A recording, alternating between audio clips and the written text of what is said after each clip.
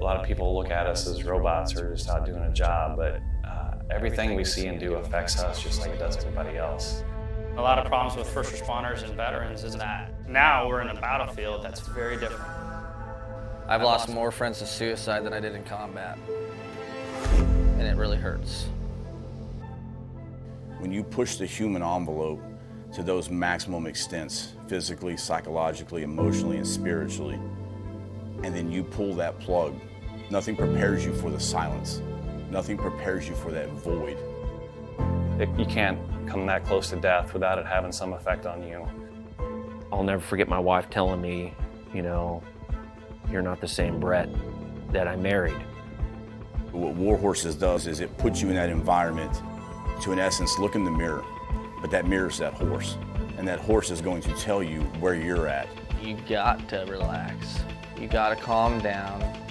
You got to slow your mind down and just think about this one thing, controlling that horse. The first thing we do before we get on a horse, we breathe. To let go of everything. Let go of everything in your head. If I don't let go of everything, I cannot be present with the horse. It's magic. I just started crying. It was the first time in my life that I literally let everything go. Compassion, generosity, love, all of these things trickle back into what it is to be a human being. It's completely changed me. All the confidence I had lost, it started coming back working with these horses. They've given me my life back.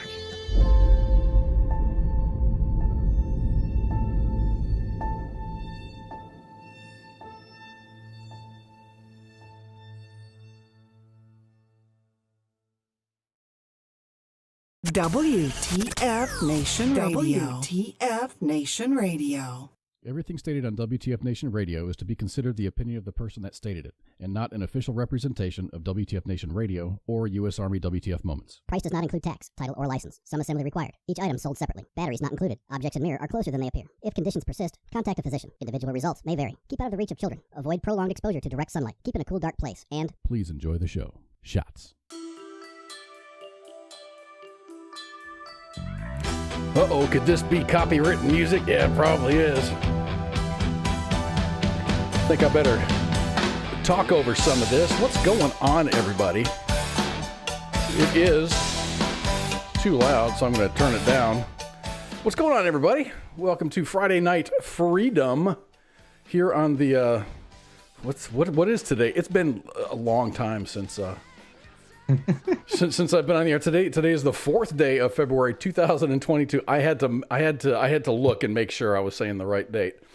But yeah, here we are, back in the saddle again. It's been 3 weeks. Thank you all for bearing with me and with my absence. I hope everybody was great. Thank you all for being here. It's really good to be back. I was actually back last Friday. I got back last Friday, and I'm sitting down in front of the computer trying to just throw something together to maybe get on the air, and it just didn't.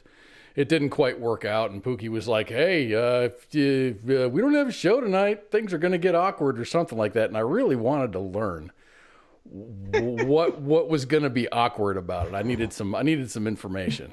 I was just really drunk. Yeah, I got back last Friday. I was up in Canada. And the thing is about Canada, I did a lot of prep work thinking, I looked at like all the historical weather forecasts and stuff, looked at the almanac, and the average temperature for the month of January where I was at was going to be 22 degrees Fahrenheit. No problem. I can handle that. Every single day was below zero. Every single day. I traveled up there. I had my jacket packed in my check-on baggage, and I just wore a hoodie because we spent, I flew from here to Chicago and then from Chicago into Canada. That was about 6 hours flight time. And we landed, we got delayed in Chicago. So we had some really, really bad burgers at some cafe inside the airport. And then we sat at the terminal. O'Hare? At O'Hare, yeah. And we just, going there was just, everybody, I'm traveling with one of my coworkers. We met at DFW, got on the airplane, and then flew to Chicago. He's from Eastern Taiwan. He's from Taiwan. And, so we're just, we're having a good time, and we're just kind of smiling, and all the delays are happening and people are getting pissed off and upset. And I'm looking at my buddy going, we're still getting paid for this though. So that was a 14-hour day. My trip up there was 14 hours long. I got paid for 14 hours of it. Paid So 14 hours not to do anything? Just to sit on an airplane. Sit in the terminal. My trip back was okay. I got pictures. I took pictures. So I can show y'all some of this stuff. So this on my trip up there, I flew in a 787. I've never flown on a 787 before. So I was right above the wing, and look at the flex in that wing. I'm sitting above. Holy shit! I'm sitting at the root, like the root of the wing, and there was so much flex in that. It was such a comfortable ride. It was a beautiful, beautiful airplane. But that wingtip is sitting above me, and I'm sitting on top of the wing. That's how much it was flexing. That was awesome. See, that would have freaked me out, but I don't know anything about aerospace kind of crap. That is the design and the engineering that goes beyond by the wing. That is your lift. Your entire plane is supported by those wings. Everything and everybody on that plane is supported by these wings. And these things are so big, they're so wide, they're so long, that it was one of the most comfortable rides I've ever had in an airplane. It was totally, totally awesome. Yeah, that's a wing. So driving around, and there wasn't a whole lot to do because everything was shut down. Because they got, you think the COVID restrictions on the East Coast, West Coast are hard and draconian and stupid. Canada's even worse. But we did get to drive around, and this was on the way. We had to find a Best Buy in downtown Montreal. And the way the city's 500 years old. So it's older than the United States is as a country. That city is older than that. And it's just beautiful, beautiful architecture. You could hardly make anything out because there was so much snow on the ground. So that's outside the Biodome, which was made when they had the Olympics there. So that was kind of cool. That's one of my desserts I had. That's creme brulee, and that was like the best creme brulee I've ever had. So I took a picture of it because I guess all the cool folks out there take pictures of their food and shit. So there's me freezing my ass off. That was in the afternoon of the first day that we were there. It was negative 25 or negative 26. And when you're outside, you don't necessarily have to wear a mask, but dude, it keeps your face warm. So I kept my mask on.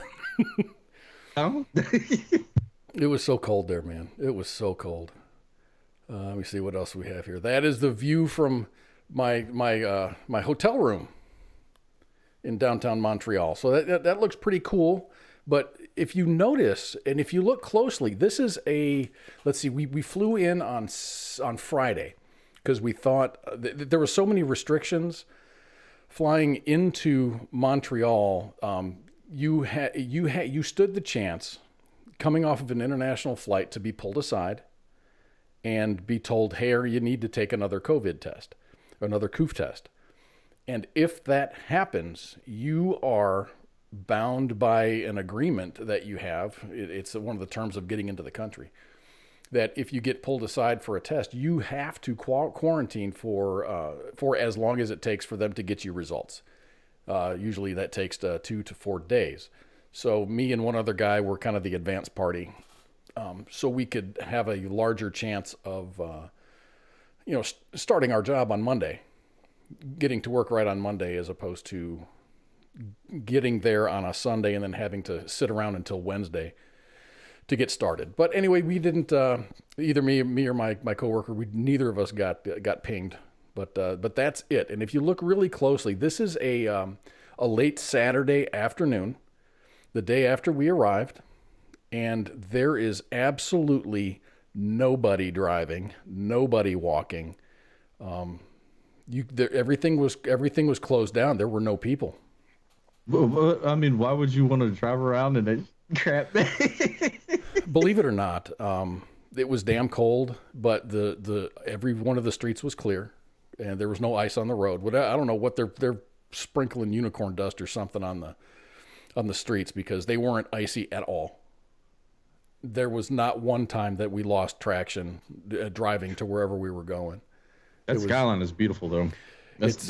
It's really, because if you look in the distance, that you can see the it's called the biodome. There's it's this humongous dome that has 7 different ecologies inside of it, anywhere from jungle to Arctic to temperate to everything. It's just a cool freaking city. It's just, I mean, all the buildings are super massive. Let's see what else. Oh, there's me. So the restaurants were open, but you couldn't eat inside the restaurant. So every restaurant that we had to eat at, you had to get it to go. Anything that you got there, you had to get it to go. So it was my turn to pick where I wanted to eat. And I'm like, I didn't really go out to eat, because that means you have to go outside. And when it's negative, I'm like, I just don't want to go outside. The hotel has a perfectly fine restaurant, and I ate there a lot. But it was my turn to pick, so I picked. And I picked a restaurant that was 380 feet away from the hotel. It was a restaurant called Niski. Niski? It was a Russian restaurant. And, dude, I ate really well there. And I was going to buy everybody commemorative shots of vodka and stuff, but they weren't allowed to serve us. The bar was closed, because all the bars are closed in Montreal. All of the all the health centers, you couldn't go and work out. All the gyms were closed. You had to have a COVID passport, a vaccination passport rather, to get anywhere, because you walk into a store, they ask you, where's your passport? Your vaccination passport. And as an American citizen, you don't have to do that. But if you're a local citizen in Montreal, you have to have, it's like an app, some government app you have to download on your phone, and you have to carry this with you at all times. It's sucks. Insanity. That is nuts. Insanity. It's nuts. Everybody there just is damn sick and tired of it, because the country was opened up and business was booming over Christmas. And then right after Christmas, they shut everything down. I was talking to our concierge at the hotel, and he was like, yeah, during Christmas, the hotel was packed. The entire hotel was booked up. The club inside the hotel was kicking. The restaurant was out serving food. People are having a good old time, and then they shut it down again. So anyway, that's the Russian restaurant that we went to. So I ordered. What you get there? What you get there? I'm just curious. So I found a Pizza Hut. And this is one of those, I don't feel like going out, so I ordered a Pizza Hut. They have a Pizza Hut there. And their pizza, when you order a pizza, it comes with a pint of ice cream. Ben & Jerry's ice cream. You just have to pick your flavor. Now I got one question, though, for you, right? Okay. I've heard it. I don't know if it's true or not, but the large pizza in other countries is like a medium pizza here? Yeah, this is a large here. That was a large, and it was like a 12-inch pizza. So that's their large. Our large is like 14 inches or bigger. Yeah, I got you. But it's really interesting, because their Pizza Hut website has all of the vegetarian options. Those come first. The Beyond Meat options are first, and then the vegetable type of options are next. And then you have to scroll all the way to the bottom to get to the sausage and the bacon. And then when you order bacon, every morning when I was up, usually we were up and out before the restaurant opened up. But there were a couple of days where we were there when the restaurant was just opening up, so I would have an omelet. And first time I ordered it, I said, okay, omelet, then you get to choose like 3 ingredients. I'm like, okay, mushrooms, bacon, and tomatoes. I got I got ham slices inside my omelet. You got bamboozled. I got bamboozled by bacon, man, because I'm like, oh, yeah, bacon. Nah. It's Canadian bacon. They don't I wasn't sure how to order just the regular American bacon. But I did have poutine. Poutine is the French fries, the gravy. Okay, so poutine, your base on poutine is French fries and cheese curds and gravy. And then people usually order things that go on top of it. In this particular case, it came with mushrooms, caramelized onions, and on the menu it said sausage. Sausage, right? No. That's a hot dog. Those are hot dogs. But it was delicious. It was absolutely delightful. And it was very, very good. I ate very, very well there. I mean, we worked hard, and then it's just we spent more time either sleeping or eating. The television was just awful. So we're back to the thing. I think I just went through all my pictures. So that's all my pictures from Canada. Thank you for thank you for bearing with me.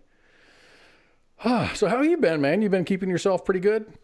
Yeah, just living the same old, watching Weather Channel and keeping up with the news, stupid things like that. Oh, Josiah was like asking me what no maple syrup. Yes, I did bring back a container of maple syrup for myself and one for my boss. And I wasn't trying to suck his ass or anything, but he has a story about maple syrup. He did a trip up to Canada, and he came back, except he bought like a 12-ounce container that had maple syrup in it, and he put it in his carry-on, and he was trying to get through TSA coming back into the country. So he got pulled aside for enhanced screening or whatever, and they're like, "Sir, do you have anything in your carry-on luggage that shouldn't be there?" He's like, "Nope." So they said, "Sir, are you sure you don't have anything in your carry-on luggage that you need to tell us about?" And he's like, "No, I ain't got nothing." And he said, "Maybe something like maple syrup?" And he went, "Oh shit!" And then he got pulled aside, and they ended up taping the lid of his maple syrup to 10.2 something ounces. It was huge. I mean, your limit for liquids is like 3.6 or 3.8 ounces. And he had this 10-ounce bottle of maple syrup. So he ended up being allowed to take it on board, but they taped the lid with some, tamper-evident paint, or a tape rather, and said, "This is your carry-on, but don't go into your carry-on. Just leave it there." So he was allowed to bring it back. So I ended up buying him a thing of maple syrup just because of that. What the heck? I love maple syrup. It's good. It's different that that real maple syrup. There's something. It's different. It's a lot thinner. It's maple syrup. It's not like corn syrup. Yeah, I don't know what's going on with your picture, man. I saw that look on your face. I'm like, oh, there are places there you can get Cuban cigars. I was actually talking to some of the guys, of course, up there that work there. I'm like, "You guys can fly to Cuba?" And they're like, "Yeah." They're like, we go to Cuba all the time for vacation. Cuban cigars are like so overrated. This is my opinion on it. Yeah, Captain. Dominican Republic is where it's at, man. That's what I heard. That's what I heard. All the free Cubans get over to the Dominican Republic and they remember how to make the cigars. I think that's how that goes. I've never had one. I don't smoke. I don't do the cigar thing or the pipe thing. So hey, let's talk about some guests that we're going to be having on the WTF Nation radio here in the upcoming future. Let me see, on the 7th of February, which is this Monday, Alan Beal from Armed Forces Brewing is going to be joining ICE on the Monday edition. Armed Forces Brewing Company is a military tribute craft brewing company comprised of 4 brands that pay homage to our great American military, both active duty and veterans. On the 10th of February, on Thursday, Specialist Shayla Scholl will be on. Specialist Scholl is a United States Army reservist out of Fort Sam. Originally from Minnesota, she lives with her husband, an active duty airman, and their 2 daughters at JBSA Lackland. While enrolled first full-time at the University of Texas at San Antonio after recently graduating from San Antonio College, she volunteers her time and experience as both a stage 4 blood cancer survivor and a survivor of sexual assault. She works with other military cancer survivors to manage a nonprofit organization she founded called Combat Boots and Cancer for military families affected by cancer diagnoses. And on the 22nd of February, this is really exciting, arguably one of the most popular fighters in professional mixed martial arts, the Huntington Beach bad boy, Tito Ortiz, is going to be on the Pop Culture Warrior show on the 22nd. Really? Yeah. I haven't seen or heard anything from Tito in a very, very long time. Very long time. But he's actually still fighting. I don't know if he's doing MMA. I know he's doing boxing. He's got a one fight, one loss. So he's 0-1 in the boxing arena. I guess things are a little bit different when you can't just put someone on the ground and just beat them into submission. And on 25th of February, Mark Liebman is going to be returning to my show, our show. Mark will be returning to the WTF Nation to talk about his latest book, Failure to Fire, set to be released by Crossroads Press on February 22nd, 2022. It is the second novel in which he would call the Derek Ulmer Counterterrorism series. He was on probably 2 years ago, a year ago. I think the COVID had just kicked off. So maybe 2020-ish. And this dude is just a writing machine, man. He's a Navy veteran, and he likes to write books, and that's exactly what he does. So he's going to be on the 25th. So how about that shit? We've got some great, great, great guests coming up. I'm reading the comments. I'm a little jealous of Miss Lawrence 14. I can't read right now. Ice fishing and drinking beer. Oh, there were a bunch. It was weird, dude. I remember learning about the St. Lawrence Seaway, the St. Lawrence River, growing up and reading American history, and I didn't. This is the first time that I saw it, and St. Lawrence River is massive. It's humongous, and this damn thing was. And we would leave work at the end of the day, and this thing was frozen across. I mean, from one side to the other. I guess they have like an icebreaker that comes and breaks up everything when the ships come in. But after the ships come and go and do their thing, there's no reason to keep the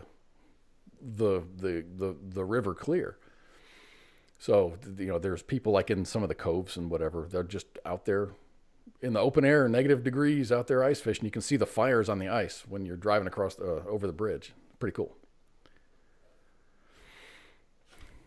Les, you might be in Texas. It says day 3 of the Snowmageddon. I'm running dangerously low on beer.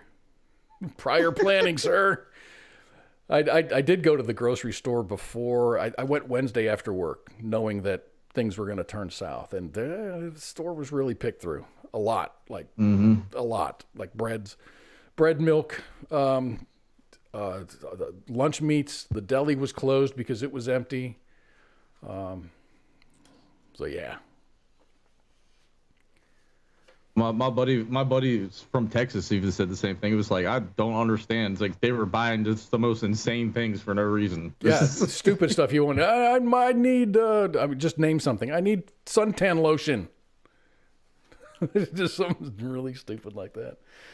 So after being up in Canada, I think it was the day that I got there, there was a bunch of stuff in the news saying that there was the government, and this is Justin Trudeau, blocking or preventing unvaccinated, uncoofed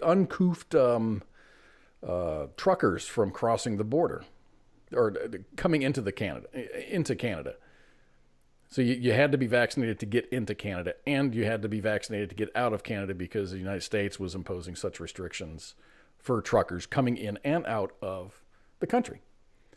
So there's this thing called the Freedom Convoy. Now, maybe you've heard of it. It's kind of, if you're paying attention to the news, it's there. 6 days. It's been, I've been following it on TikTok. It's been quite interesting, actually. Yeah, I think it's but there's this big, and I should have done the convoy story first, but there was this big GoFundMe set up to pay for like lodging and food and fuel and things and stuff for these folks. It had gotten up to 10 million dara, and then it got shut down, suspended. So GoFundMe has frozen assets of nearly $10 million in funds raised by the trucker convoy, now winding its way across Canada toward Ottawa in a protest against the vax mandates. I'm trying to remember to say COOF mandates.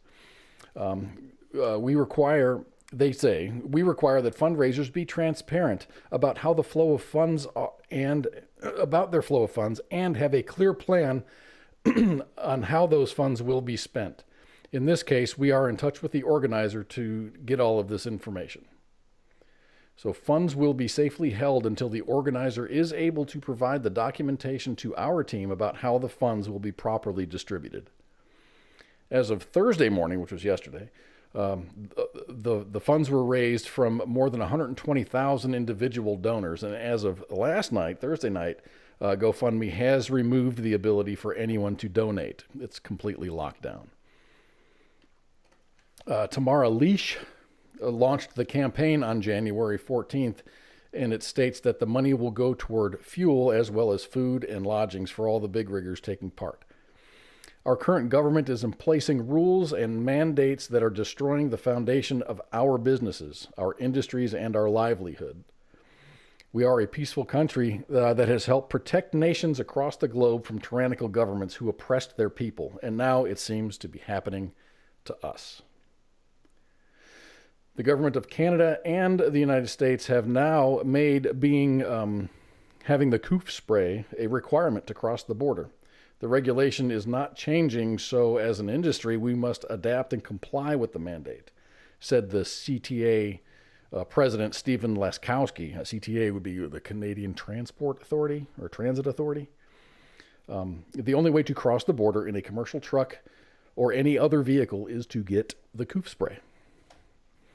And they're serious about that shit too, man. Their restrictions are just insane. I've heard some pretty insane ones, like just recently in the news. Like I was like, really? Like you're gonna go to that extent? Hey, Les, we tend to say COOF spray instead of the VAX thing, just because we've been shut down a couple of times by actually saying those words. So kind of get a little bit of code going here. Yeah, we're trying not to get Joe Rogan. I'm going to pull all my music off of Spotify until they get rid of Joe Rogan. What's up with that, man? It's just... I mean, you know, if Taylor Swift were to come out and say, I'm taking off all my music from Spotify unless you get rid of Joe Rogan, you might need to listen to that or might need to take it into consideration. I mean, don't bow to it. I mean, but it's like, you know, you gotta make a business decision and decide what's good for your company. But with someone like Neil Young, I didn't even know he was still alive. Really, I did not know. I didn't think that he was dead, but I did not think that he was performing any longer. So I thought he had died a couple years back. I really thought that. I was like, who? Oh wait, really? And all these other people that are given smaller nobodies are coming out and going, I'm not gonna do this. I'm gonna take my stuff off of Spotify too. And pardon me, who's this? No. Who are you? Take your business, the Apple what is iTunes store or whatever it is that no one uses. What was that? I saw Milli Vanilli in the comments, and I think I saw the meme that says Milli Vanilli promises to take off somebody else's music if they don't remove Joe Rogan.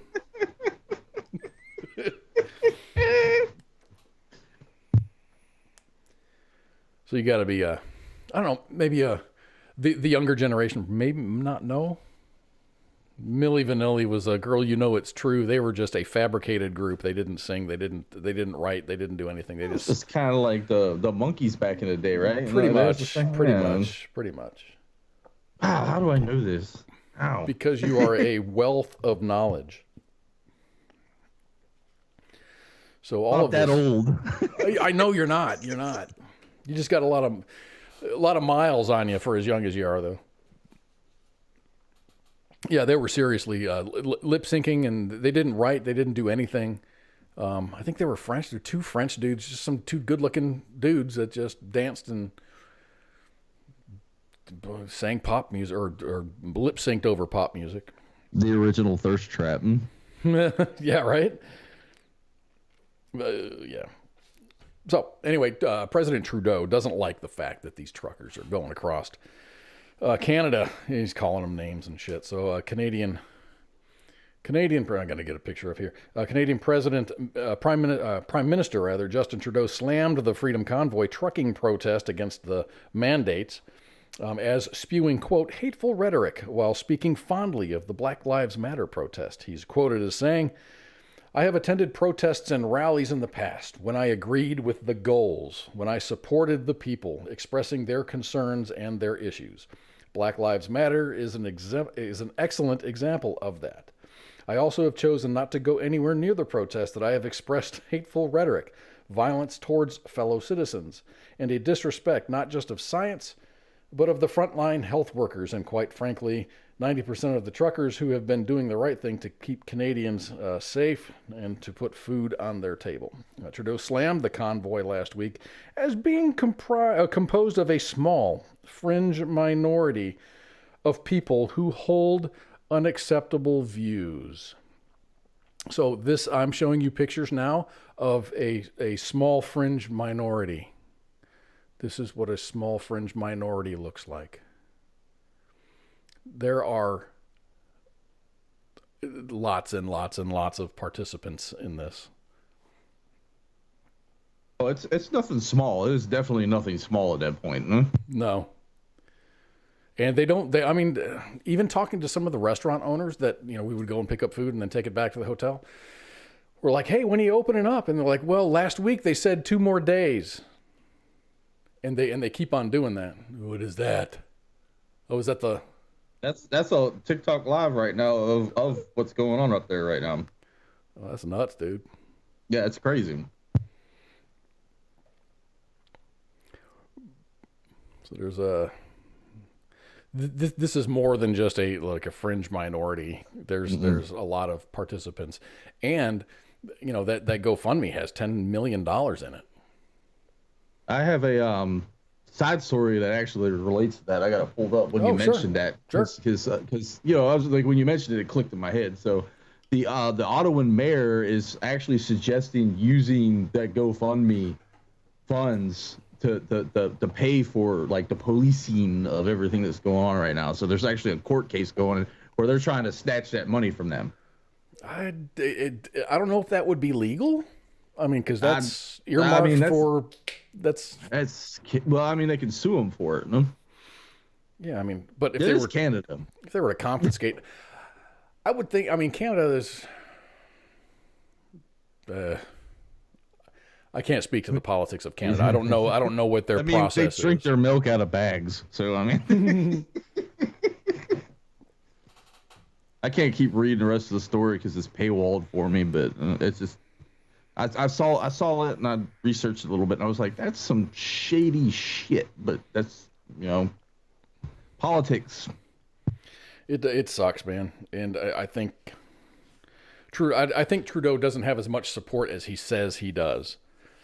They had called, I forget what, it might have been in Alberta. They called this another trucking company, a tow trucking company, to go and start removing vehicles. And they told them, oh, everyone's got COVID. We don't have anybody here to do that work. Sorry.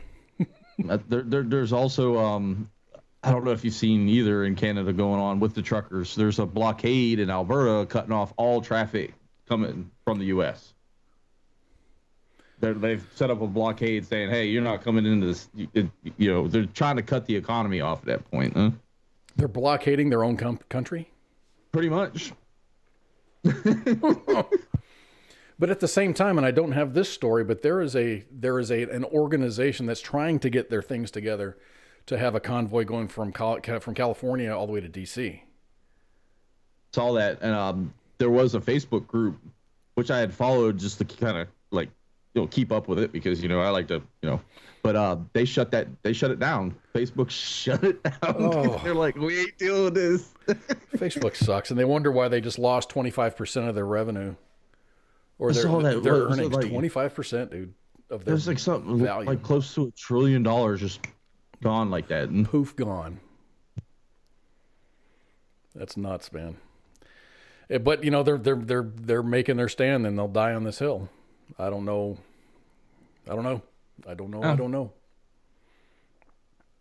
So I got more Canada news, and this isn't good either. It's like all the Canada news I have is just sucky. It just really sucks. So here's this is about the Canadian brain disease, which it was big in the news up there, not so much down here. So I pulled a story, and I was looking into it. Dozens of New Brunswick residents have been struck with mysterious symptoms that point to a degenerative brain disorders, and authorities still don't have an explanation for the debilitating illness. For reference, New Brunswick is a Canadian province that borders the state of Maine, and it has a population of about 800,000 people. A report which leaked in March of 2021 noted that a cluster of cases of what looked like Creutzfeldt-Jakob's disease, which includes spasms, memory loss, hallucinations, and severe weight loss, and other conditions that keep people from becoming or being active.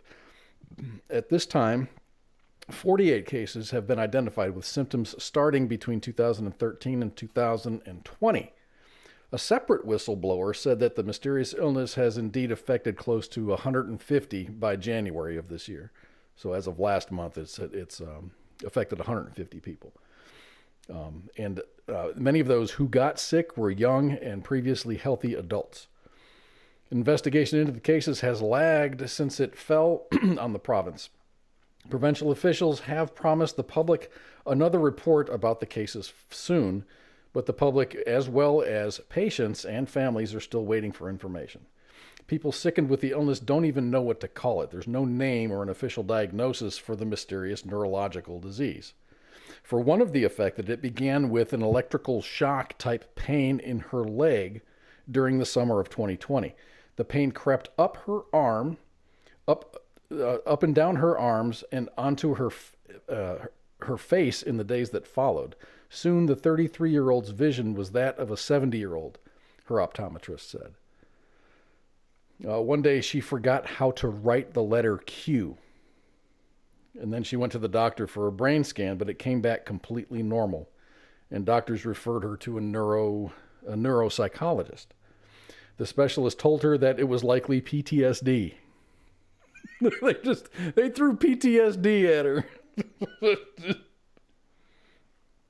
And she says she still struggles with declining mental function, and she says that she relies on her partner to help with her daily tasks.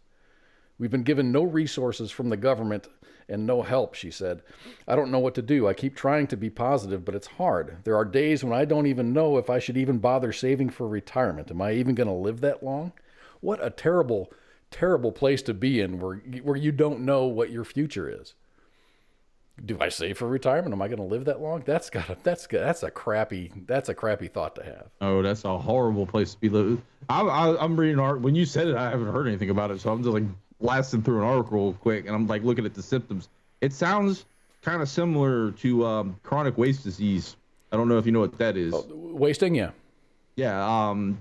It's really big in deer, moose. It's real bad up in like Pennsylvania and stuff like that with the deer up there. But the moose up near Maine and Vermont have been infected by it real bad. And moose hunting is a big thing in that area. You said, where's it at? Brunswick, New Brunswick is close to Maine, ain't it? Yeah, it neighbors Maine. So did chronic waste disease make its way over into humans? That's a good thought. That's scary at that point. Of the cases reported so far, ages have ranged from 18 to 85. 9 people with this illness have died. Previously, officials investigated and then ruled out several environmental factors that could be causing the illness. Of those, they listed blue-green algae, toxicity from shellfish, chronic wasting disease, they ruled that out, or toxic herbicides. None of the explanations have stuck, and some of the early patients have been left out of the loop. So they don't know all of those that are affected. They're just, nobody knows anything. And they're not even gonna bother. I'm like looking at it. There's like, they're just not even bothering with people at this point. Like, we can't figure out what it is, so you're on your own at that point. Huh? It's what it sounds like. It definitely sounds like that. So Les Hilton says it's aliens. Get out the tinfoil hats. That to me, everything like that sounds like the start phases of chronic wasting disease to me. That's what but they say they rolled it out, so they rolled it out. Yeah, I don't know. I think it would take a lot more. I mean, what do? Can you just experiment or people? You need to get volunteers. Well, I mean, you have people that die, you do autopsies and experiment on, you figure out. It's about pathology is about the only way to really find out anything about that at that point. Huh? Unless some of these people are just come forward and be like, yo, my life sucks at this point. Like that poor lady who said, I don't even think I should invest in a retirement at this point. Be like, hey, sign a waiver. Let's study on you. Figure out what's wrong. Maybe more testing on the diseased animals or something. Surely they've got a lot of samples and stuff that they could test. And not just in New Brunswick. I mean, send those things to, other facilities to do testing on as well, to see if there's a connection between humans and that. I think you're right. A lot of people up that way consume moose for a living at that point because, that's a big animal walking around and, that's just the way they are up there. It's like where I grew up in Pennsylvania, deer hunting was a way of life. I mean, the Monday starting deer season, the school let out. Like it's the first hunting day. Go hunt, huh? Because they knew the kids weren't going to show up to school anyways at that point. Huh? Yeah. So Les says I'm still stuck on why not being able to write the letter Q is considered PTSD. I don't know. It's just I don't know. You got some synapses in your brain that aren't that aren't firing correctly. And I forget where I put my pack of cigarettes down and walk around for about 30 minutes and realize I have it in my hand still. Do I have like a brain disease or something? Oh, I don't know. Maybe you do. Stay away from New Brunswick. Hey, did you guys get hit with any of this snow that's making its way across the country, or was it just rain by the time it got to you guys? It rained this go around. The last go around, we actually got snow, and I was like, "Oh, this is pretty cool." But today it was like 77 out. Holy crap! Yeah, the rest of the states was like my buddy in Ohio was like, it was like negative nothing out. It's like, all right. So I think here in north central Texas, we're still dealing with it. The roads, the sun came out today and it started getting above freezing. But then all that stuff that melted today is just going to refreeze tonight. But I think by Sunday it ought to be pretty much cleared out. I don't know why it was so warm. It's been a very warm winter for me here. Except we had a little ice storm that rolled through that last go around and some snow hit. I think that's the coolest it's been all season. I think that was the one that started churning up and then it went straight up. It went straight up the eastern coast. And then it nailed us. We got about a foot of snow out of that. It was just crazy. I mean, a foot of snow in Texas would just shut everything down and people would die. It was like no big deal. I think the day that it snowed, it was a Monday. It was a Sunday night into Monday. And so we're asking our host there, like, hey, what's going on? And they're like, oh, it's just snow. They did call the kids up there were still out of school because of this COVID thing. They were supposed to go back that Monday, and then they got the day off because of they got a snow day out of it.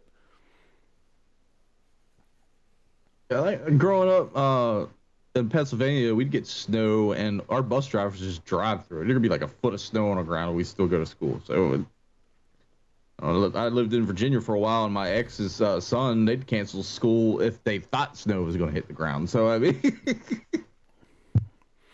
So anyway, all that stuff. I took my trash out last night, and because today was supposed to be trash day, and I got a voicemail from the city saying that please stop calling about your trash pickup being missed because of the weather. They just didn't do it. Mail got delivered, but they weren't running the trash trucks.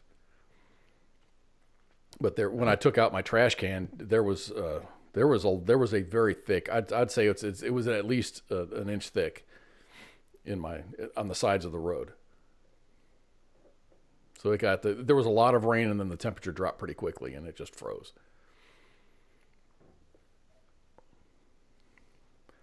And that's no bueno here in Texas. We don't have the facilities to deal with that kind of. We don't have salt trucks and snow plows and stuff.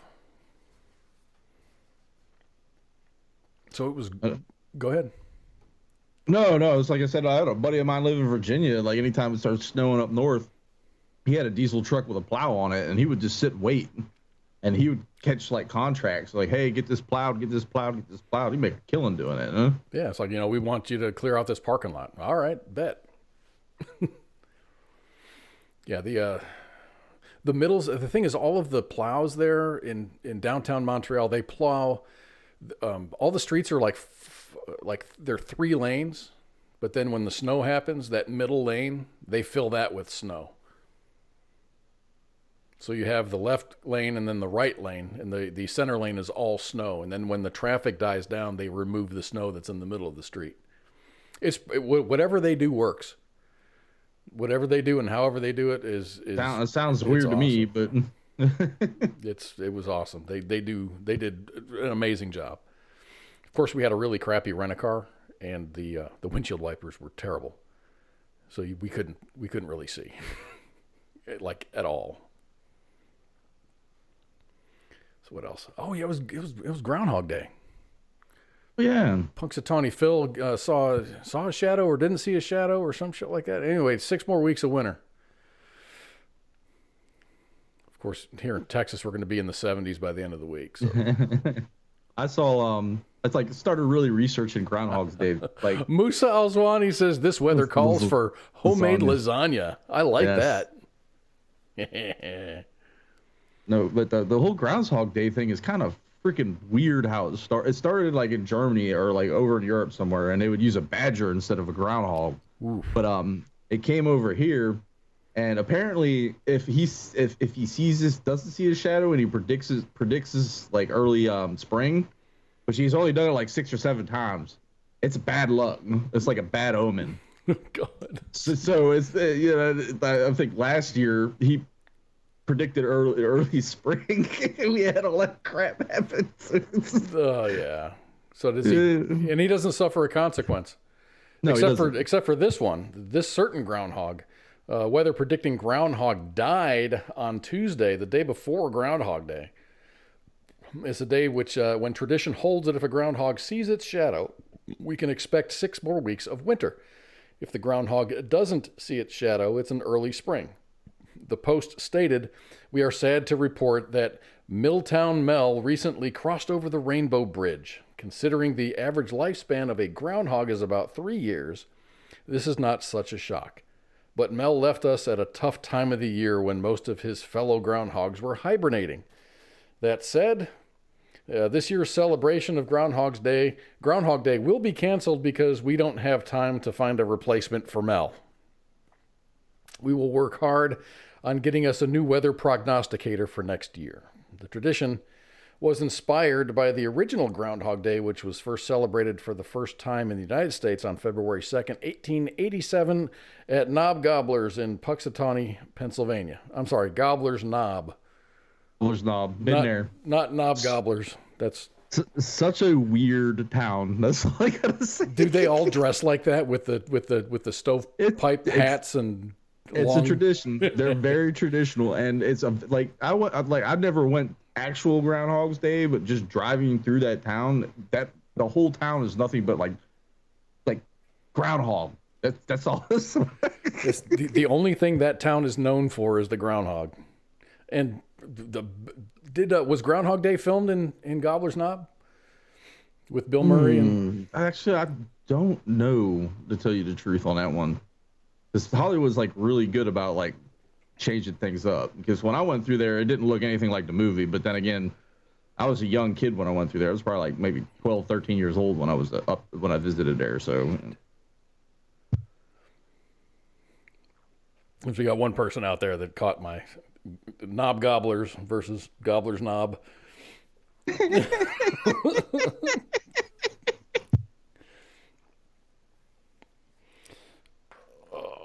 Yeah, I'm ready for I don't know. It hasn't been too terribly bad as far as temperatures go.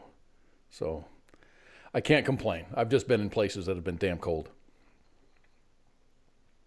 Your blood will start to thicken up, and you'll start getting that hillbilly antifreeze running through you. It'll be all right, huh?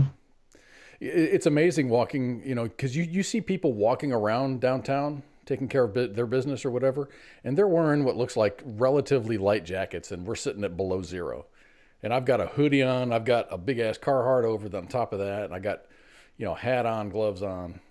And these folks are walking around like it's, 30 degrees outside.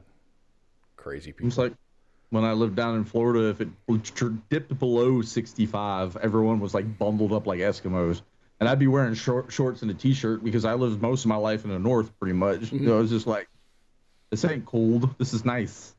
Yeah, it's not 1,000 degrees out there. It's not 106. 65 is perfect. My house, I keep my house in the 60s. Wake up in the morning, it'll be 55 or 58 in the house. We actually had to run the AC today. Damn. Those Elswani is absolutely right. Those wind chills are nothing to mess around with. That'll freeze your skin pretty quick. Hey, what do you say we take a break? And we're going to come back, and good. I've got some cool like weather news, International Space Station stuff, more tech news. This will be a kind of a tech-heavy second hour, so I really hope you guys hang out for the second half. I got to figure out how to do this. I kind of changed my layout here, my little control station here. Guess what I forgot to do? Sam, I forgot to hit connect, so we're not broadcasting on the radio channel. Don't tell ICE. No. Whoops, I forgot. All right, we're gonna take a break real quick, and we'll be back in just a little bit, probably 7 minutes and some change. All right, Jots. WTF Nation Radio. WTF Nation Radio.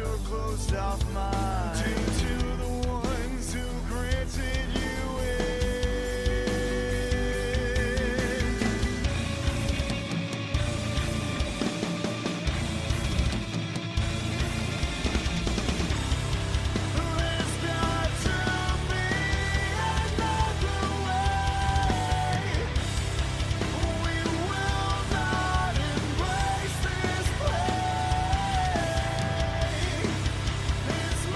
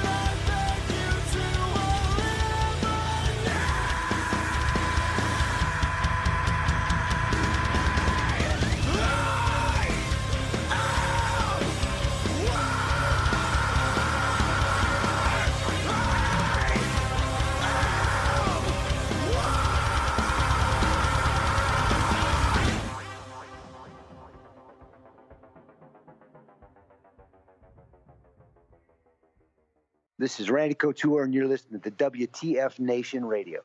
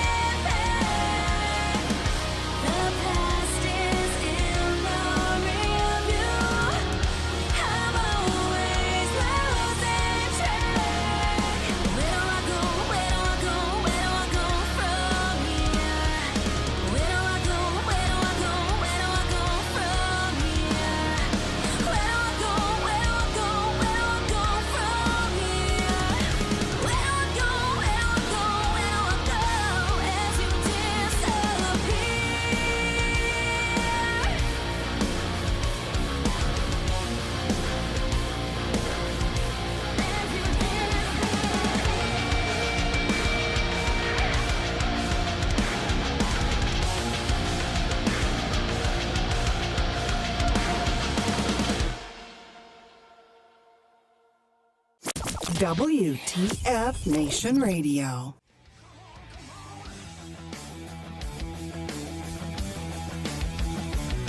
All right, we are back for part 2 of Friday Night Freedom. What's going on, everybody? So there you're hearing a cover of the song Stormbringer from Deep Purple. That's like really old music. That might predate me, but it's badass. And I like it a lot. I found it yesterday, and I'm like, man, that just sounds like a cool song. So I downloaded it, and then I found a story about the World Meteorological Organization, and got a really cool video to show you. And I slowed it down so it doesn't. It's definitely not real time. It's not as slow as what real time would be, but the World Meteorological Organization announced on Monday that it had confirmed 2 lightning mega flash records. The findings, which come after careful data checking and rigorous certification process, include one record event that occurred over the lower 48 states. Now, this is something that they've had information on, and they've been studying it for the last couple of years. This storm actually happened in 2020. But they actually finally came back and just said, "Yeah, this was the real deal." So on April 29th, 2020, a sprawling mass of strong to severe storms produced a 477.2 mile long lightning strike over the southern United States. It stretched from near Houston to southeast Mississippi. The record beats a 440 mile long mega flash that occurred over southern Brazil on Halloween of 2018. So that's pretty cool. That's badass. It's going to refresh here in just a minute. I got it playing on a loop.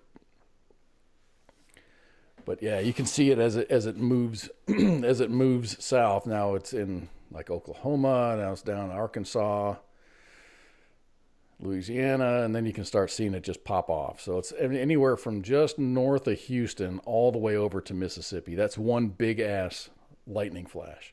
So I thought that was neat. And I'm a techie kind of guy, so I like the technology, man. I just the technology and the science of this stuff. And I love thunderstorms. I mean, who doesn't love a good thunderstorm? Unless, of course, you've been wrapped up in a tornado or something like that. Then you might have. My kids were always like terrified of thunderstorms and stuff. But I'm the guy in the garage watching the thunderstorm. I went to like storm chasing. I'm a certified weather observer, so I can actually call in to NOAA and report, funnel clouds and shit like that. So that's. Oh, really? Yeah. So that's kind of cool. I just like it. Interests me, so I will dedicate time to it. Well, my sister went to school specifically for that. Actually, she's got a PhD in meteorology, I think. Oh, I'm not a meteorologist. I'm an official. My opinion matters. If I see a funnel cloud, I can report that I've seen a funnel cloud. That's it. That's the limit of my knowledge. I'm not like a Reed Timmer. Reed Timmer was in Storm Chasers, the original, like when storm chasing was on the Discovery Channel, I believe. He was still a student at I think it was OU. And he has since gotten his PhD, so he's Dr. Reed Timmer now. He had the Dominator, which was his TIV, which was a tornado intercept vehicle, which was like a Bronco that just had a bunch of steel on it. And they would it's like guy I follow. He's really big. I think he actually works for the Weather Channel. Charles Peak. He goes around. You see his video live feed all the time. If you ever watched the Weather Channel, you've seen his video, and he'll storm chase through the craziest crap. It's just nuts. Yeah, Reed did he built the tornado intercept vehicle to put a 4K camera man in there to shoot. No, it wasn't that. It was like some super. What's the big? Predating 4K, high resolution video, the big panoramic video.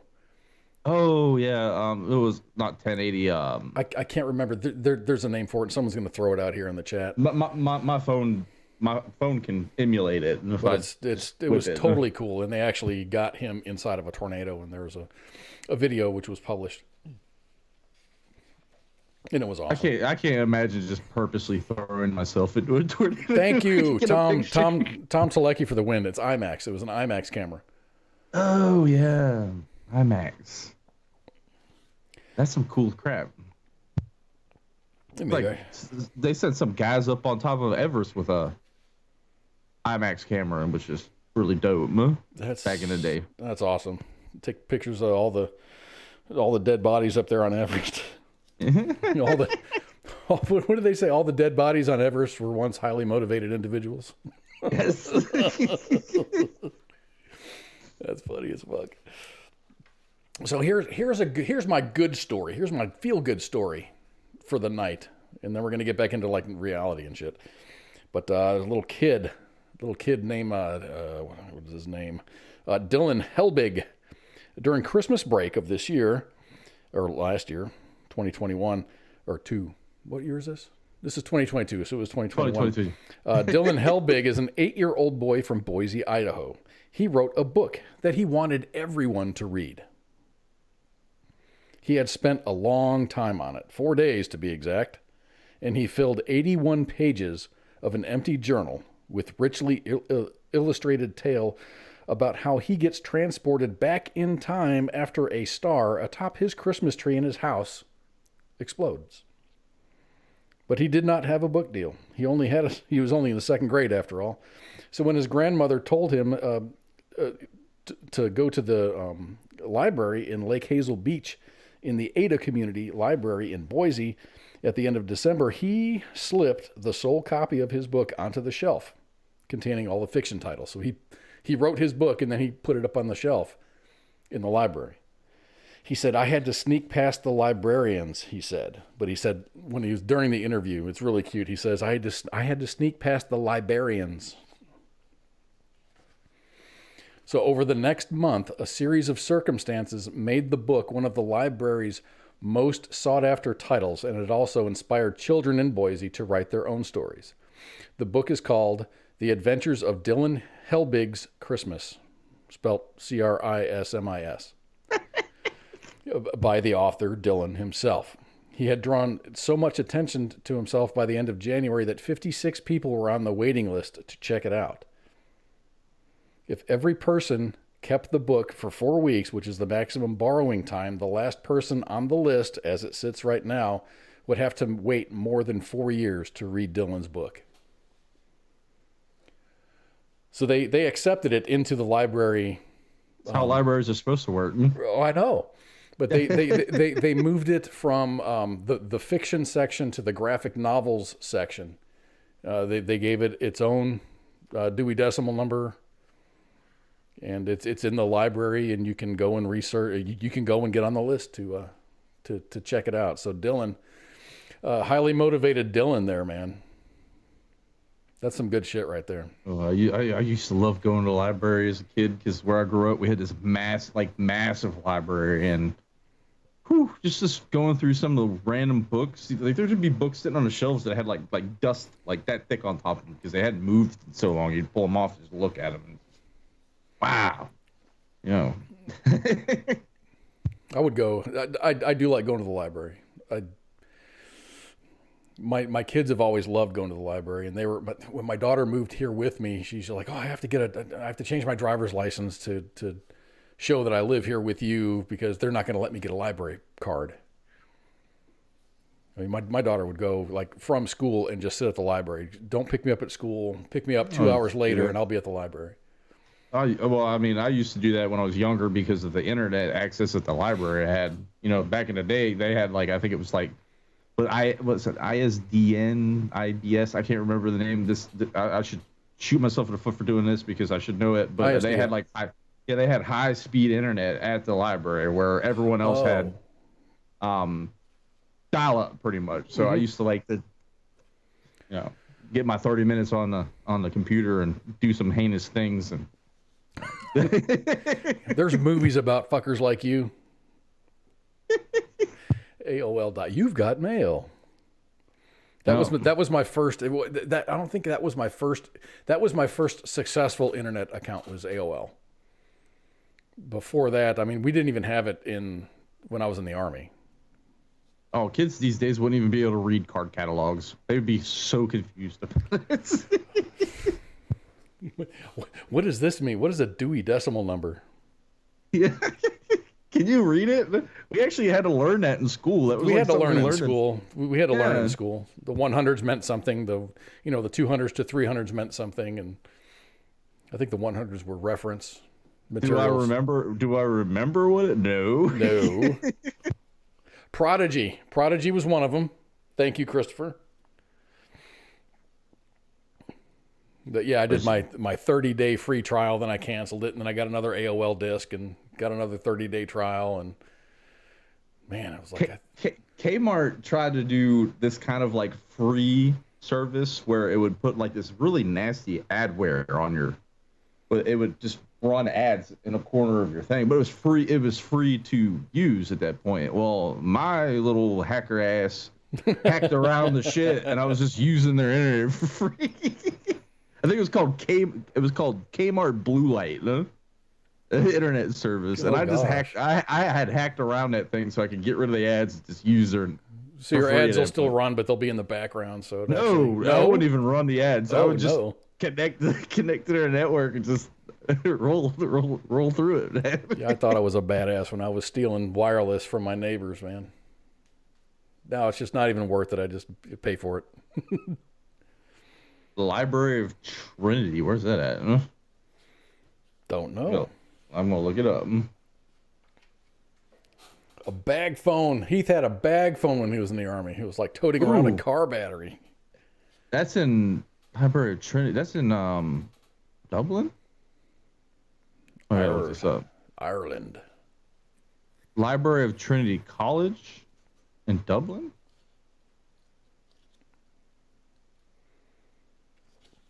I'm just pulling up Amazon books at this point. I disregard. yeah, he said Ireland. Jimmy Dean Brinkley said Ireland. Is it one of those ones where they got like the books chained to the dang? Oh, I'm seeing a picture of it right now, and I just had a nerdgasm. Uh-oh. That is beautiful. No, I don't know if you ever watched Star Wars, but the Jedi Temple's library looks very similar to this. Oh, I see. It's books and books and books. It's insane. Just rows and rows and rows. And I would get lost. I would probably starve to death in there just reading. So I said we were going to talk about the ISS, and this is interesting because everybody knows. I mean, the ISS is a fantastic piece of engineering. It's awesome. They built it in space, and put it together on the ground, and then just assembled this big behemoth of a structure in space. But all good things must come to an end. NASA has actually published plans for the future of the International Space Station, which could see this is 444,615 kilogram structure taken out of orbit in January of 2031, and then it will be crashed onto the Earth into a spacecraft cemetery. The laboratory will continue operating until 2030. NASA expects the future of space science collaboration to lie with commercially operated space platforms, and has published a report about how it will be making the transition, including pulling the ISS out of the sky. While the ISS will not last forever, NASA expects to be able to operate it safely through 2030. They expect. The agency, if it doesn't get hit by space trash or Starlink or whatever else is up there, the agency has testified before Congress that it plans to purchase crew time for at least 2 and possibly more NASA astronauts aboard commercial space stations by the early 2030s. Several companies, including Jeff Bezos' Blue Origin, have plans to launch their own commercial orbiters. Extending the life of the ISS till 2030 is intended to give private industry in the United States time to develop the capabilities needed to operate the microgravity platforms. So here I was wondering, okay, how are they going to bring this out of the sky, and what the hell is a spacecraft cemetery? So there's you go ahead. No, go. There's like a certain section in the ocean somewhere. I don't know if can't remember if it's the Indian Ocean or maybe the Pacific Ocean somewhere, where all this, they landed. It's like so far away from anything that they just dump this stuff in the ocean pretty much. You are absolutely correct. In the perfect scenario, the space station's orbiting altitude will be slowly lowered from its current altitude of 408 kilometers. Let me put this graphic up there. There we go. As the altitude of the ISS drops, it will encounter an even denser atmosphere, adding more drag and pulling it lower still. The space station will still be traveling so fast that it will begin to heat up and start casting off debris in the path behind it. The plan to avoid this debris damaging people or property is to have the ISS crash into an uninhabited area of the South Pacific Ocean near Point Nemo. And if you look at that other picture there, that little red dot is Point Nemo. Let me blow that up for you. So over to the west, you see New Zealand, and over to the east, you're going to see South America, and that's probably Peru or something. Point Nemo has been called a spacecraft cemetery because, as this is the point on Earth most distant from any land. It is where decommissioned spacecraft are typically aimed when returning to the Earth. So this is where they dump stuff. Like, that's where they do it. Which is pretty awesome. Unlike China that just deorbits freaking shit. Whatever the hell they want. And then we have to watch the there's a website that tracks satellites and space debris. And you're just like, oh, you're trying to follow it. And that's crazy how much junk is just randomly flying around up there at this point. Yeah, that's why I get kind of pissed off when it's like, oh, there's Elon Musk here. He's launching 50 more satellites or 500 more satellites or whatever for his Starlink thing. I'm like, God, he's just shitting all over space. At some point, there's going to be so much crap up in space, we're not going to be able to get out of our planet's area. We're not going to be able to get out.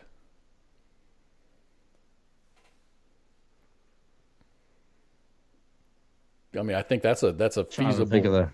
It's called Kessler syndrome. That's the name of it. Kessler syndrome. Is that about having so much crap up there? Yes, it's like when you have so much space debris that it makes it impossible for you to launch any spacecraft past. It's like it turns into like a barrier of shrapnel just flying all over the place at that point. Huh? Aliens are never going to make it through our junkyard. It's like, you see them like pictures of like the old redneck out in the woods somewhere. It's got like 40 cars sitting on cinder blocks. That's us. Oh gosh, both in space. Yes. So the aliens drive by like, yeah, we ain't dealing with that. This is a bad neighborhood. Keep on flying, Zorg. We're going to go somewhere else.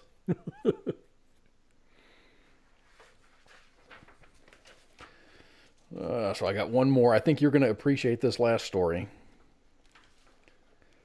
I'm just kind of blowing through these stories, man. We got another half an hour. I guess if we end early, we end early. But for the past 2 weeks, observers in North Korea's strange and tightly restricted corner of the internet began to notice that the country seemed to be dealing with some serious connectivity issues. You've heard of this? I can see. I read it and I was like, this is epic. This is what I would do. On several different days, practically all of its websites, the notoriously isolated nation, only had a few dozen intermittently dropped. They only have a few dozen, but they all intermittently dropped off, like all of them. El Correo Airline and Nainera, a page that serves as the official portal for the dictator Kim Jong-un's government. At least one of the central routers that allow access to the country's network appeared to be, at one point, completely paralyzed, crippling the Hermit Kingdom's digital connections and its connection to the outside world. Some North Korean watchers pointed out the country had just carried out a series of missile tests, implying that the foreign government's hackers might have launched a cyber attack against the rogue state to help stop its saber rattling. And just for reference, just in the month of January, North Korea launched 5 ballistic missiles. Responsible for the North Korea's ongoing internet outage does not lie with the U.S. Cyber Command or any other state-sponsored hacking agency. In fact, it was the work of one American man, probably in a t-shirt, pajama pants, and slippers. Just over a year ago, an independent hacker who goes by the handle P4X was himself attacked by North Korean spies. P4X was just one victim of a hacking campaign that targeted Western security researchers with the apparent aim of stealing their hacking tools and details about software vulnerabilities. He said he managed to prevent those hackers from swiping anything of value from him, but he nonetheless felt deeply unnerved by the state-sponsored hackers targeting him personally, and by the lack of any visible response from the United States government. After he sat on this for a year, letting his resentment simmer, P4X took matters into his own hands. He felt like it was the right thing to do here. And if they don't see that we have teeth, it's just going to keep on coming. He says, I want them to understand that if you come at us, it means that your infrastructure is going to be going down for a while. P4X says that he found numerous known but unpatched vulnerabilities in the North Korean system that have allowed him to single-handedly launch a denial-of-service attack on the servers and routers in the country's few internet-connected networks that they depend on. For the most part, he declined to publicly reveal those vulnerabilities, which he argues would help the North Korean government defend against these attacks. But he named as an example a known bug in the web server software Nginx that mishandles certain HTTP headers, allowing the servers that run, next page, that run, the software to be overwhelmed and knocked offline. He also alluded to finding ancient versions of the web server software Apache that he started to examine North Korea's own national homebrew operating system known as Red Star OX, which he described as an old and likely vulnerable version of Linux. Oh. So he took one dude probably drinking beers, eating nachos, took down the entire country of North Korea's internet. He went easy. He really went easy on him, because like me, on the other hand, I would have destroyed him. You would have physical destruction, not just a denial of service. Pure anarchy at that point. No, just like screw you. I'm sending you back into the Dark Ages, even though they're pretty much into the Dark Ages. But I'm sending you back into the Dark Ages. You guys are eating your own pets, but I'm going to send you back further. How about that?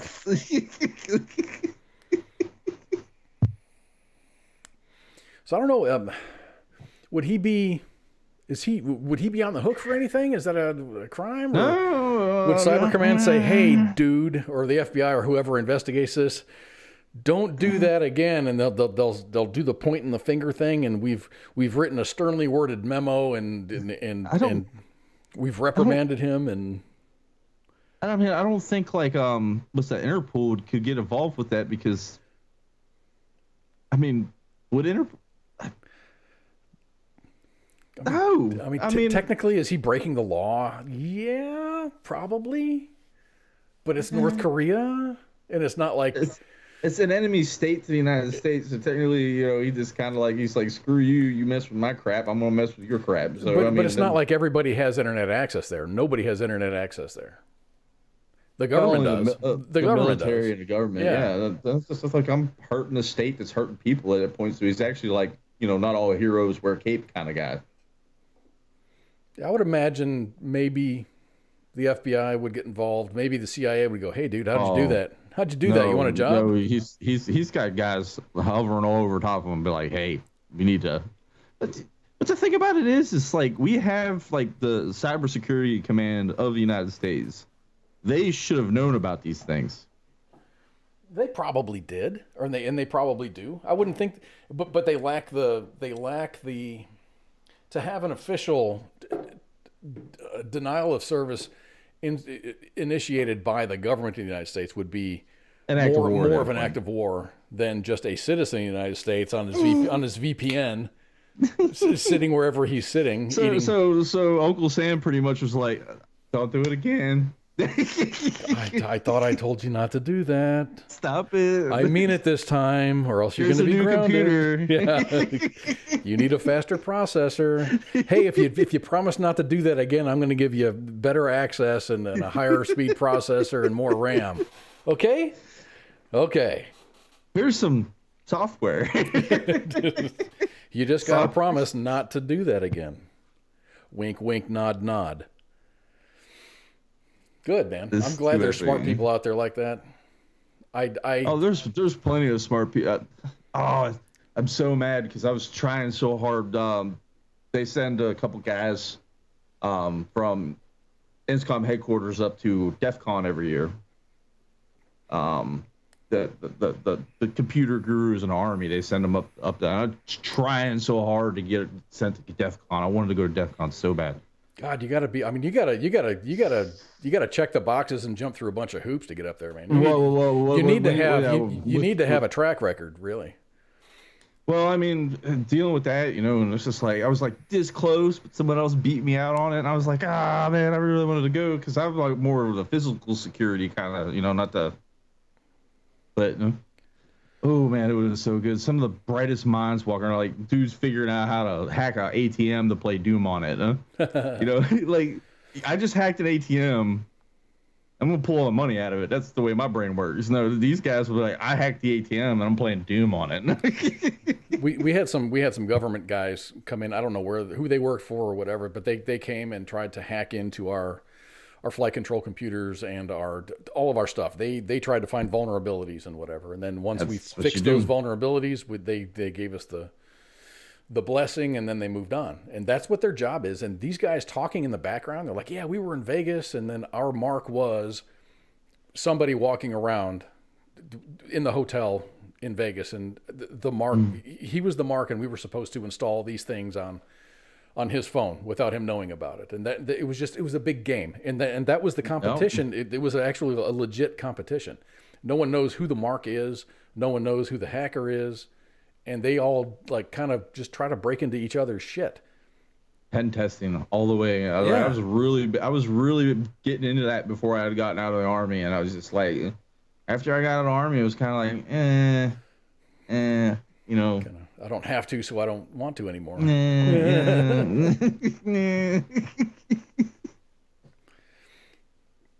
So I see Spanky in the audience. She was a 25 series, 26 series? Oh yeah, she was a Bravo, I think. I mean, don't let her fool you. She's extremely brilliant as far as the computers go. I think she was a Bravo too. Hold on. Or uniform, I can't remember. My brain's not working, but IT stuff. She's all like, she's like me. I don't want to deal with it. She plays like she doesn't know anything, but she's actually a master hacker. And a snack queen. I'll bet you she has a container of Vegemite in her house too. I've got more than just one container. That's my desk container. That's your desk Vegemite. Are there different flavors of Vegemite? Show the audience. Pick that up and show everybody. So, this is the first person I've seen that's not an Australian have Vegemite. I like it with my I take the Flamin' Hot Cheetos and dip that, eat it like that. Really good. See, I don't like Vegemite. Here we go. See, I had it when I was in Korea one time, and I can't for the life of me remember what it tastes like. So I'm gonna have to try it. It's like, I can smell that from here, dude. That looks like hash. It's so good. Musa Al-Zwani says, I don't like Vegemite, and then he follows on with never again. So it's it's an acquired taste. I love the smell of it too now. That doubles as beard oil too, right? I should try that. It might make my beard like really dark. Vegemite beard oil. So good. It's gross. It's so you were saying like the Westerners or whatever wouldn't take to that so well because they treat it like it's like you said, Nutella or peanut butter or something, and you slather it on and you eat a big amount of it. But it's good in small doses, you said? Yeah. It's just like take the size of like maybe a half of a pea on some butter toast and just get it on there and eat it, and it's good that way. I on the other hand, have developed a taste for it to where I'll like dip it with my flaming. Where's my Cheetos at? I'm missing my Cheetos, but what's the difference between that and Marmite? They're the same thing. One's made in Australia, and the other one I believe is, I would say, the UK or. I think the Marmite is UK because when we were on a different platform, we had a follower that Redleg kind of befriended or just they had a connection, and Jay Reddy was on there talking about like Marmite, and the guy found it funny because it's normal to them, and it's not normal to us. You can't go to Kroger and you can't go to Albertsons or Walmart and find Marmite. They sell it here at the Publix. Publix sells? Okay, I don't know. No, they got an international section, but It's either Miramite. I don't like Miramite as much as like Vegemite. That to me they taste different, but Vegemite's where it's at. All the cool cats eat the Vegemite. Yeah. I don't know how I even got on it. Like, no, I had an Australian MRE, I think it was, because the Aussies in Iraq were chilling in the same place as us, and I had one of their MREs, and it had like a little packet of it, and I tasted it. I was like, wow, that's actually pretty good. They were all laughing at me, like, well, I was like, what? Most Americans don't like that shit. And they're raised on it, so. Yeah, I was like, this is good. I mean, some people think beer is gross, you know. Like, beer's good to me. So. And that's one thing that I didn't get to do when I was up in Canada is to sample their local beers. Ooh, they probably their version of Budweiser's Labatt's, I think, or Labatt's. And Molson. There was a Molson brewery like probably 200 meters away from my hotel. I mean, I'm pretty sure Canada's got some decent beers. I mean, I wouldn't put it past them.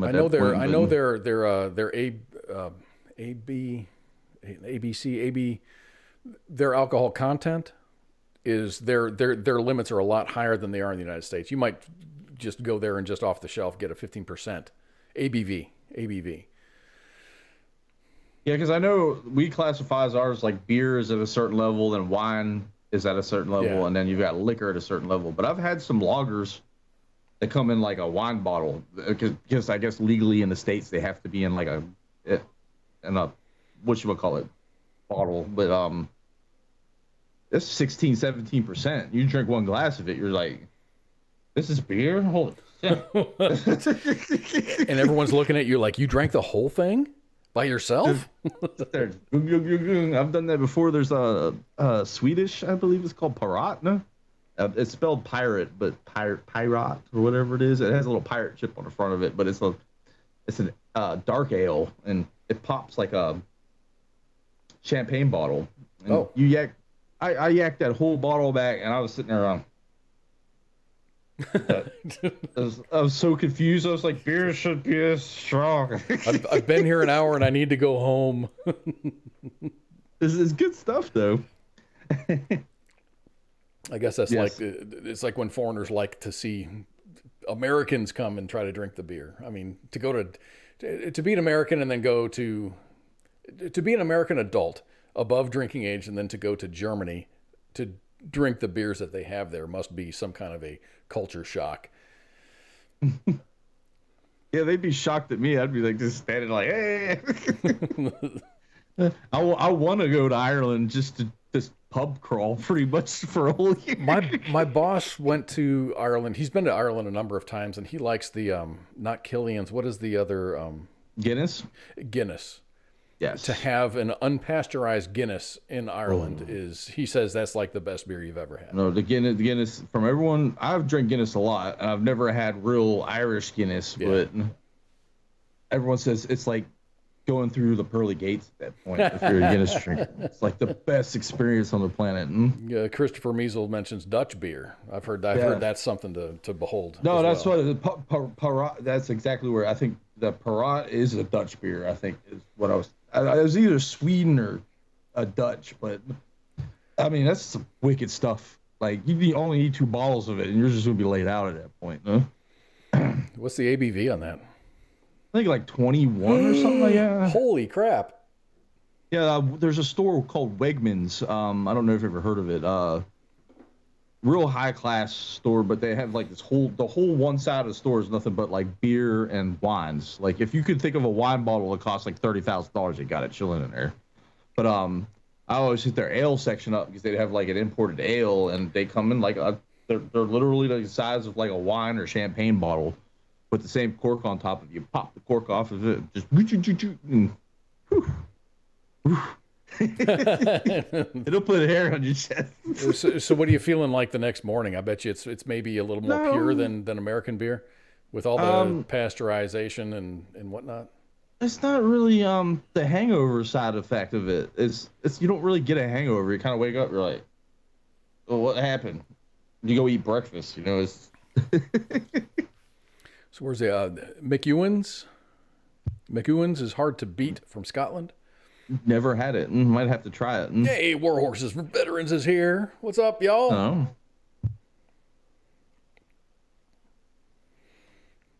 Evans is good. I gotta try it then. I've probably seen it and just overlooked it. I'm a big Foster's drinker. I like Foster's beer too. That's another beer that I like. Australian for beer. And a big oil can. Yeah, no kidding, man. That's a big ass can. My dad used to, when I was young, I remember my dad having like a beer can collection, and he had some Foster's on there. And I'm like, Dad, what's that? And it was like this big ass can of whatever. Foster's for you. In Australia, the beers are... Everything's bigger in Australia. I think we're going to call it, man. So I'm going to do a little bit of housekeeping, which I did in the first hour, but I just want to let you know that on Monday, Alan Beal from Armed Forces Brewery is going to be here on the show with ICE. And Armed Forces Brewing Company is a military tribute craft brewing company comprised of 4 brands that pay homage to the American military, both active duty and veterans. And then on the 10th, we're going to have Shayla Scholl. Shayla Scholl is a United States Army reservist out of Fort Sam. Originally from Minnesota, she lives with her husband, and who is an active duty airman, and their 2 daughters at Lackland. While enrolled full-time at the University of Texas, San Antonio, and after recently graduating from San Antonio College, she volunteers her time and experiences as both a stage 4 blood cancer survivor and a survivor of sexual assault. She works with other military cancer survivors to manage a nonprofit organization that she founded called Combat Boots and Cancer for military families affected by cancer diagnoses. And on the 22nd of February, very excited about this, arguably the most popular fighter in professional mixed martial arts, the Huntington Beach bad boy, Tito Ortiz, will be on the show with the Pop Culture Warrior. That's going to be awesome. We've had Randy Couture and we've had Tim Kennedy. Yes. And now we've got Tito Ortiz. So I guess we're starting at the top and we're working our way back down. Because has Tito has he ever gotten any world champions? Oh man, you're asking me a question that I was prepared for. I can't honestly remember. He's a good fighter. I mean, he's a good fighter. Don't get me wrong on it. Huh? And I can't remember if did we start with Randy Couture?